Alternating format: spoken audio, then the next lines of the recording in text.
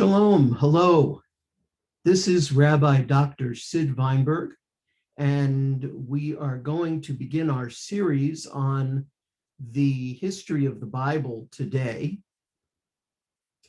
I am here with my very technically minded, smart assistant, who we will call E for the moment. And if he has any questions, he is free to ask. And we will all learn a little something from what he says too. Before we begin, we need to understand that the study of the Bible is part of the study of history. And so there are three principles that we are going to need to remember when we study history. Number one, all history is objective, not subjective. That means that the Bible itself is not a retelling of objective history. This is what happened when. It is subjective. It has a point of view. It has a perspective. It wants you to believe something. In terms of the Hebrew Bible, the idea is to believe enough in God so that you follow his path, his halakha, the laws that are in the Bible, particularly in the Torah. So it is not simply an objective telling of history. It is a subjective discussion of what one must do in order to please God. Second, the winners write the history. I remember once when I was a boy, maybe about E's age, I went down to visit my relatives in South Carolina. And I told them that I had been studying the Civil War in history class. One of my aunts looked at me with a frown on her face and said to me, "Down here, we call it the War of Northern Aggression." Now, clearly, that is a perspective. If you were to take a history course in a school down south and they were to discuss the Civil War, I guarantee you that the perspective of the Civil War would be very different than what is taught here in the North. And so the winners write the history.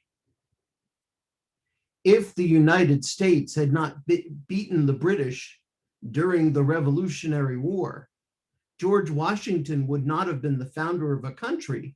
He would have been a person who had committed treason and was probably hung for it by the British.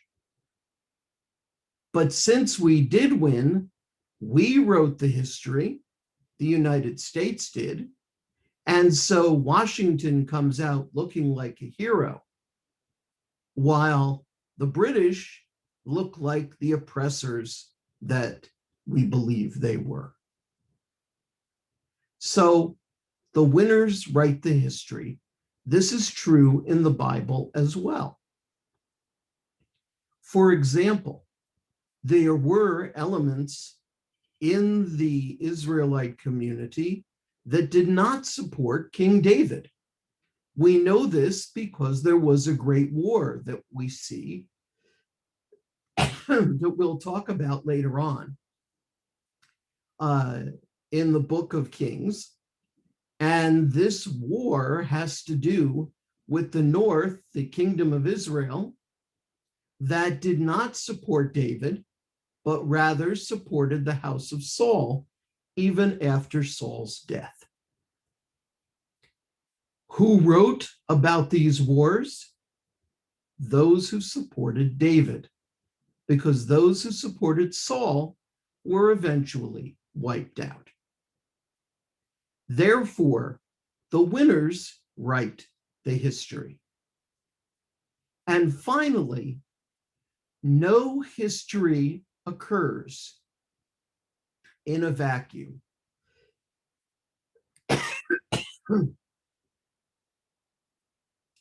No history occurs in a vacuum. The Bible is influenced by the cultures amongst whom it grew up. For example, we know that both the Babylonians and the Greeks, two groups with which the Jews had a lot of connection, some of their ideas did make it into the Bible. An example would be the flood of Noah.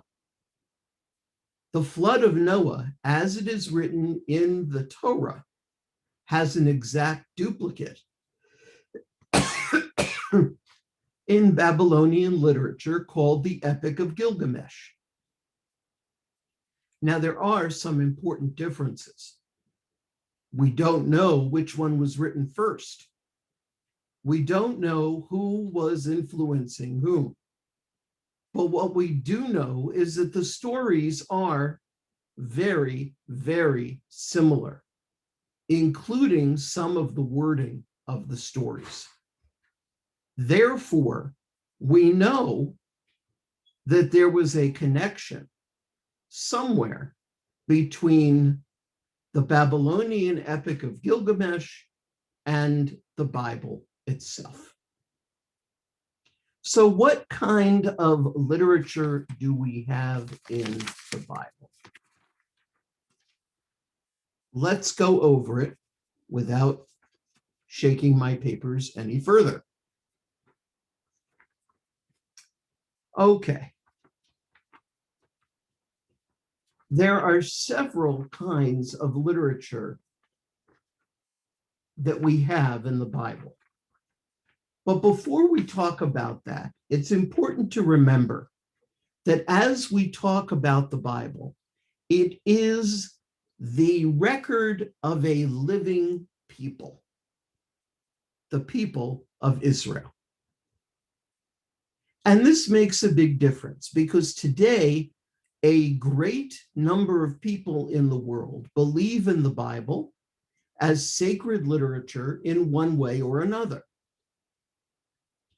It would be different if we were studying mythology. For example, if we were to study the myths of ancient Greece, stories about Zeus and Apollo, etc., we would find that there are not very many people alive today that believe in Zeus and Apollo, etc. But the story of the Bible is a living story. It is believed by Jews, by Christians, and in some different ways by Muslims. Therefore, when we talk about it, we need to understand that it is not a dead mythology, but a living language of faith that is understood and interpreted by many different people. So what is in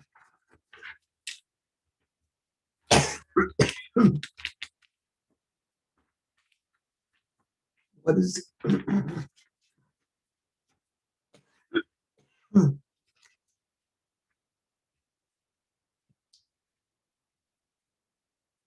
what is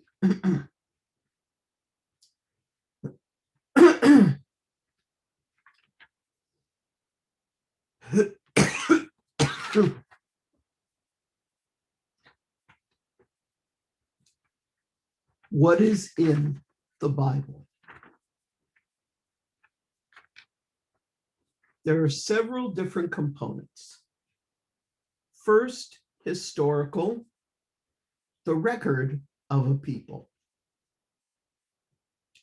Second, legal, trying to create a certain type of society. Third, poetic. There are ballads and songs that reflect the life of the people. They probably were written earlier than the prose of the Bible itself. Sermonic, adjuring, and letting the people know about what it is that God expects from us. And finally, prayer. The interaction between God and humanity through prayer itself. An excellent example is the book of Psalms. The book of Psalms is not a book of God speaking to us as God speaks to us in the Torah or through the prophets. It is our response to God through the words of David and others who wrote poems and prayers reflecting their own ideas, their circumstances at the time. And that is perhaps why the book of Psalms is so popular, because it is from us. It is about us. It is about the things that happened not only to David in his life, but to us in our lives. Next time, we will take a look at the beginnings of the Bible, the book of Genesis, and the designation of Abraham and his descendants as the people of God. Thank you for listening.